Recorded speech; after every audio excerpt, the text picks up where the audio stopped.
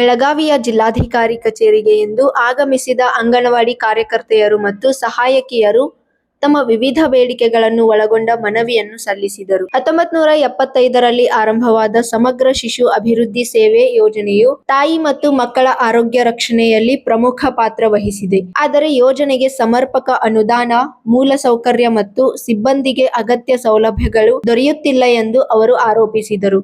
ಕಾರ್ಯಕರ್ತೆಯರು ಮತ್ತು ಸಹಾಯಕಿಯರಿಗೆ ಗೌರವಧನ ಹೆಚ್ಚಿಸುವುದು, ಶಾಶ್ವತ ನೇಮಕಾತಿ ನೀಡುವುದು, ಎಲ್ಲಾ ಅಂಗನವಾಡಿ ಕೇಂದ್ರಗಳಲ್ಲಿ ಎಲ್ಕೆಜಿ, ಯುಕೆಜಿ ಆರಂಭಿಸುವುದು, ಇಲಾಖೆ ಹೊರಗಿನ ಕೆಲಸಗಳಿಂದ ವಿನಾಯಿತಿ ನೀಡುವುದು, ಗುಣಮಟ್ಟದ ಸ್ಥಳೀಯ ಪೌಷ್ಟಿಕ ಆಹಾರ ಒದಗಿಸುವುದು ಹಾಗೂ ಡಿಜಿಟಲ್ ಕೆಲಸಕ್ಕೆ ಅಗತ್ಯ ಟ್ಯಾಬ್ಲೆಟ್, ಡೇಟಾ ಮತ್ತು ಇತರೆ ಸೌಲಭ್ಯಗಳನ್ನು ಕಲ್ಪಿಸುವಂತೆ ಅವರು ಒತ್ತಾಯಿಸಿದರು. ಇದರ ಜೊತೆಗೆ ಅಂಗನವಾಡಿ ಕೇಂದ್ರಗಳ ಮೂಲ ಸೌಕರ್ಯವನ್ನು ಸುಧಾರಿಸಿ 45ನೇ ಭಾರತೀಯ ಕಾರ್ಮಿಕ ಸಮ್ಮೇಳನದ ಶಿಫಾರಸುಗಳನ್ನು ಜಾರಿಗೊಳಿಸುವಂತೆ ಮನವಿಯಲ್ಲಿ ಆಗ್ರಹಿಸಲಾಗಿದೆ. ನಮ್ಮ ಟೀಚರ್ಗಳು ಹಿಡಿದಿರ್ತಾರ, ಆಕೆ ಹಾಕಿ ನೋಡು, ಆಕೆ ಮಾಹಿತಿ ಬಂದಿಲ್ಲ ನೋಡು, ಆಕೆ ಕೊಡಿಸ್ಬೇಕು ನೋಡು, ಆಕೆ ಮೇಡಮ್ಗಿಂತ ಹೆಚ್ಚು ಕುಣಿತಾಳ. ಈಗ ಸದ್ದ ಬೇಕು ಮಾಹಿತಿ, ಸದ್ದ ಬೇಕಿಲ್ಲ ಮೇಡಮಿಗೆ ಹೇಳ್ತು, ಸದ್ದ ಮೇಡಮಿಗೆ ಹೇಳ್ತಾನ. ನಮ್ಮ ಅಂಗನವಾಡಿ ಕಾರ್ಯಕರ್ತರು ನಾವು ಅಂಡರ್ಸ್ಟ್ಯಾಂಡ್ ಆಗಿ ಇರಬೇಕು. ಕೆಲಸದ ವಿರುದ್ಧ ಹೋರಾಟ ಮಾಡೋನು, ಯಾರು ನಮಗೂ ಕಿರ್ಕೊಳ ಮಾಡ್ತಾರೆ ಅವ್ರ ವಿರುದ್ಧ ಹೋರಾಟ ಮಾಡೋನು. ನಾವು ಒಂದೇ ಕೈ ಐತಿ, ಎಡ್ಡ ಕೈ ಐತಿ, ನಮಗೂ ಎಡ್ಡ ಕಾಲದಾವ. BP ಶುಗರ್ ಬಂದೈತಿ. ನಿನ್ನೆ ಮೊನ್ನೆ ಒಬ್ಬಕ್ಕೆ ಏನಂದು ಓದಿದ್ದೇನೆ, ಅವರು ಕರಿತಾರೆ ಬೇಲದವ್ರು, ಈತ ಗೃಹಲಕ್ಷ್ಮಿ ರೇಷನ್ ಅಂಗಡಿಗೆ ಹೋಗಿ ನಾವು ಕೆಲಸ ಮಾಡ್ಬೇಕ್ರಿ. ಅಂಗನವಾಡಿ ಮಕ್ಕಳ ತಾಯಿಂದ್ರೆ ಜಗಳ ತೆಗಿತಾರ್ರಿ. ಅಲ್ಲಿ ಬಂದು ನಮ್ಮ ಟೀಚರ್ ಯಾವಾಗ ನೋಡ್ತೀವಿ ನೋಡಿ ಮೊಬೈಲ್ದಾಗ ಇರ್ತಾವ.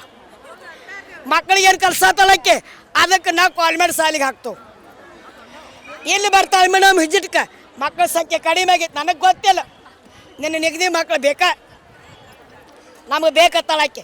ಎಲ್ಲಿ ತರು ಕೆಲಸ ಇನ್ನಿತರೆ ಕೆಲಸಗಳನ್ನ ಹಚ್ಚೋದು ಕಡಿಮೆ ಮಾಡಿರಿ. ನಮ್ಮ ಅಂಗನವಾಡಿಗಳದಾಗ LKG UKG ಮಾಡಿರಿ. ಮಾಡ್ತೈತೆ 3 ವರ್ಷ ಆತ. ಎಲ್ಲೈತೆ ನಿಮ್ಮ 10,000 anganwadi LKG UKG? ಎಲ್ಲೈತೆ 10,000 LKG UKG ನಿಮ್ಮದು? ನಾವು ಬೆಂಗಳೂರಿಗೆ ಹೋದ್ರೂ ಆಶ್ವಾಸನೆ ಕೊಡ್ತೀರಿ, ಬೆಳಗಾವಿಗೆ ಬಂದರೂ ಆಶ್ವಾಸನೆ ಕೊಡ್ತೀರಿ. ನಮಗೆ ಕಲಿಸೋ ಶಕ್ತಿ ಇಲ್ಲ, ಆ ಕಲಿಸೋ ಸಾಮರ್ಥ್ಯ ಇಲ್ಲ. ನಮಗೆ ಎಲ್ಲನೂ ಐತಿ. ಎಂಥ ಕಾಂಡಾಸಾಲಿ ಸರ್ಗಳು ಆಗ್ಲಾರ್ದಂಥ ಕೆಲಸಗಳನ್ನ ನಾವು ಮಾಡ್ತೇವೆ. ತಲಾಟಿಗೆ ಮನೆ ಅಡ್ಡಾಡಿ ಆಗ್ಲಾರ್ದ ಕೆಲಸಗಳನ್ನ ನಾವು ಮಾಡ್ತೇವೆ. ಎಲ್ಲ ಕೆಲಸ ಮಾಡೋಕ್ಕೆ ABCD ಆ್ಯಪಲ್ ಹೇಳಕ್ಕೆ ಬರೋದಿಲ್ಲ, ಬರ್ತೈತಿ. 10,000 ಅಂಗನವಾಡಿಗೆ LKG UKG ಮಹಿಳಾ ಮತ್ತು ಮಕ್ಕಳ ಕಡೆ 10,000 ಅಂಗನವಾಡಿ ಆಗಿದೆ ಅಂತಾರೆ. ಬರೀ ಪೆನ್ ನಾವು ಹಾಳಾಗೈತಿ. ಜಾರಿ ತೊಗೊಂಬರ್ರಿ, ಅದ್ರ ತರಬೇತಿ ಕೊಡ್ರಿ. LKG UKG ಹೆಂಗೆ ಮಾಡ್ಬೇಕು ನೋಡ್ರಿ. ಡಿಗ್ರಿ ಆದಾರು 19,000 ಜನ ಆದಾರು, ಅವ್ರಿಗೆ ಯಾರು ಕೊಡ್ರಿ ತರಬೇತಿ. ಏನೂ ಇಲ್ಲ, ಬರೀ ಅಂಕಿ ಸಂಖ್ಯೆದಾಗ ಮಾತ್ರ ಒಂದನ್ನು ಮಾಡ್ಲಿಕ್ಕೆ ಯಾವುದೋ ಟೆನ್ಷನ್ದಾಗ ಬಿಟ್ಟು ಅಂದ್ರೆ ನನ್ನ 5,000 ರೂಪಾಯಿ ನೀ ಕೊಡ್ಬೇಕು, ನಂದು 5,000 ರೂಪಾಯಿ ನೀ ಕೊಡ್ಬೇಕಂತ ಹಾಕಿ ಬರ್ತಾಳೆ. ನಾ ಅರ್ಜಿ ಕೊಟ್ಟಿನಿ, ನೀ ಹಾಕಿಲ್ಲ. ಇವತ್ತು ಇಡೀ ಭಾರತ ದೇಶದಲ್ಲಿ ಯೋಜನೆಗಳಲ್ಲಿ ಕೆಲಸ ಮಾಡುತ್ತಿರುವಂತಹ ನೌಕರರು, ಮಹಿಳಾ ನೌಕರರು, ಅದು ಅಂಗನವಾಡಿ ನೌಕರಿ ಇರ್ಬೋದು, ಅದು ICDS ಯೋಜನೆ ಮತ್ತು ಸರ್ವ ಶಿಕ್ಷಣ ಅಭಿಯಾನದ ಅಕ್ಷರ ದಾಸೋಹ ಯೋಜನೆ ಅಂದರೆ ಬಿಸಿ ಊಟದ ಯೋಜನೆಯಲ್ಲಿ ಕೆಲಸ ಮಾಡುವಂಥ ಮಹಿಳೆಯರು ಮತ್ತು ಆಶಾ ವರ್ಕರ್ಸ್, ಈ ರೀತಿ ಎಲ್ಲ ಯೋಜನೆಗಳಲ್ಲಿ ಕೆಲಸ ಮಾಡುತ್ತಿರುವಂಥ ಎಲ್ಲ ಮಹಿಳೆಯರು ಸೇರಿ ಪ್ರತಿ ವರ್ಷ ಜೂನ್ 10 ಅವ್ರದ್ದು ಬೇಡಿಕೆಗಳ ದಿನಾಚರಣೆ ಅಂತ ಇರ್ತೈತಿ. ಆದರೆ ಈ ವರ್ಷ ನಾವು ಆ ಬೇಡಿಕೆಗಳ ದಿನಾಚರಣೆಯನ್ನು ಕಪ್ಪು ದಿನಾಚರಣೆಯಾಗಿ ಪರಿವರ್ತನೆ ಮಾಡಿ ಇವತ್ತು ಕಪ್ಪು ದಿನಾಚರಣೆಯನ್ನು ಆಚರಣೆ ಮಾಡಿಸಾಕ್ತೀವಿ. ಯಾಕೆ ಕಪ್ಪು ದಿನಾಚರಣೆ ಮಾಡಾಕ್ತೀವಿ ಅಂತಂದರೆ, ಈ ಯೋಜನೆಗಳಿಗೆ ಕೊಡುವಂಥ ಅನುದಾನವನ್ನು ಕೇಂದ್ರ ಸರ್ಕಾರ ಆಗಲಿ ಅಥವಾ ರಾಜ್ಯ ಸರ್ಕಾರ ಆಗಲಿ, ಆ ಎರಡೂ ಸರ್ಕಾರಗಳು ಪ್ರತಿ ವರ್ಷ ಅನುದಾನವನ್ನು ಕಡಿತ ಮಾಡ್ಕೊತ ಬರಾಕ್ತಾರೆ. ಇದರ ಅರ್ಥ ಏನಪ್ಪ ಅಂತಂದರೆ, ನಮಗೇನು ಹೆದರಿಕೆ ಅಂತಂದರೆ, ಈ ಅನುದಾನಗಳನ್ನು ಕಡಿತ ಮಾಡಿ ಈ ಯೋಜನೆಗಳನ್ನು ಅಶಕ್ತ ಮಾಡಿ, ಅಂದರೆ ಅದನ್ನು ಬಲಹೀನ ಮಾಡಿ ಇವತ್ತು ಖಾಸಗೀಕರಣ ಮಾಡಿ ಒಗೆಯುವಂಥ ಒಂದು ಕುತಂತ್ರ ಇವತ್ತು ಕೇಂದ್ರ ಮತ್ತು ರಾಜ್ಯ ಸರ್ಕಾರ ಮಾಡ್ತಾ ಇದೆ. ಅದಕ್ಕೆ ಈ ಖಾಸಗೀಕರಣದ ನೀತಿಯನ್ನು ಕೈ ಬಿಡಬೇಕನ್ನುವಂಥ ನಿಟ್ಟಿನಲ್ಲಿ ಇವತ್ತು ನಾವು ಕಪ್ಪು ದಿನಾಚರಣೆಯನ್ನು ಆಚರಣೆ ಮಾಡಾಕ್ತೀವಿ. ಅದೇ ರೀತಿಯಲ್ಲಿ ಇವತ್ತು ಅಂಗನವಾಡಿಯವರಾಗಲಿ ಮತ್ತು ಅಕ್ಷರ ದಾಸೋಹ ಯೋಜನೆದವರಾಗಲಿ ಮೇಲಿಂದ ಮೇಲೆ ಕೆಲಸದ ಹೊರೆಗಳು ಮಾತ್ರ ಹೆಚ್ಚಾಗತ್ತವು. ಆದರೆ ಯಾವುದೇ ರೀತಿಯಿಂದ ಅವರಿಗೆ ಒಂದು ಕೆಲಸಕ್ಕೆ ತಕ್ಕಂತೆ, ಅಂದರೆ ಶ್ರಮಕ್ಕೆ ತಕ್ಕಂತೆ ಇವತ್ತು ವೇತನ ಕೊಡ್ತಾ ಇಲ್ಲ. ಈಗಾಗಲೇ ಸುಪ್ರೀಂ ಕೋರ್ಟ್ ಸಮಾನ ಕೆಲಸಕ್ಕೆ ಸಮಾನ ವೇತನ ಅಂತೇಳಿ ಆದೇಶ ಮಾಡೈತಿ.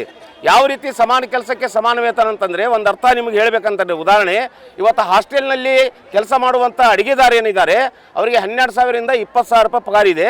ಇವತ್ತು ಶಾಲೆಯಲ್ಲಿ ಬಿಸಿ ಅಡುಗೆ ಮಾಡುವಂಥವ್ರಿಗೆ ಕೇವಲ 4,600 ರೂಪಾಯಿ ಇದೆ.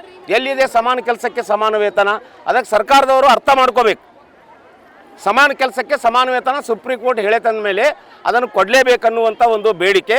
ಮತ್ತು ಇತ್ತೀಚೆಗೆ FRS ಅಂತೇಳಿ ಅಂದರೆ ಮುಖ ಪರಿಚಯವನ್ನು ಮಾಡಿಕೊಡ್ಬೇಕು, ಮಕ್ಕಳ ಮುಖ ಪರಿಚಯ ಮಾಡಿಕೊಡ್ಬೇಕನ್ನುವಂಥದ್ದು FRS ಅಂತೇಳಿ. ಅಂದರೆ ಒಂದೊಂದು ಭಾಳಷ್ಟು ಗ್ರಾಮಗಳಲ್ಲಿ ಇವತ್ತು ಟವರ್ಗಳು ಇಲ್ಲದೇ ಇರುವುದರಿಂದ FRS ಮಾಡಲಿಕ್ಕೆ ಆಗ್ತಾ ಇಲ್ಲ. ಇದನ್ನೇ ಒಂದು ನೆಪ ಇಟ್ಕೊಂಡು ಅಧಿಕಾರಿಗಳು ಅವರಿಗೆ ನೋಟಿಸ್ ಕೊಟ್ಟು ಕೆಲಸದಿಂದ ವಜಾ ಮಾಡುವಂಥ ಪ್ರಕರಣಗಳು ನಡೆಯಕತ್ತವು. ಇದು ನಿಲ್ಲಬೇಕು, ಇಲ್ಲಾಂದರೆ ಏನು ವೈಫೈಯನ್ನು ಮಾಡಿಕೊಡಬೇಕು ಮತ್ತು 5G ಅನ್ನುವಂಥ ಒಂದು ಮೊಬೈಲ್ಗಳನ್ನು ಅವರಿಗೆ ಕೊಡಿಸ್ಬೇಕನ್ನುವಂಥ ಒಂದು ಬೇಡಿಕೆ.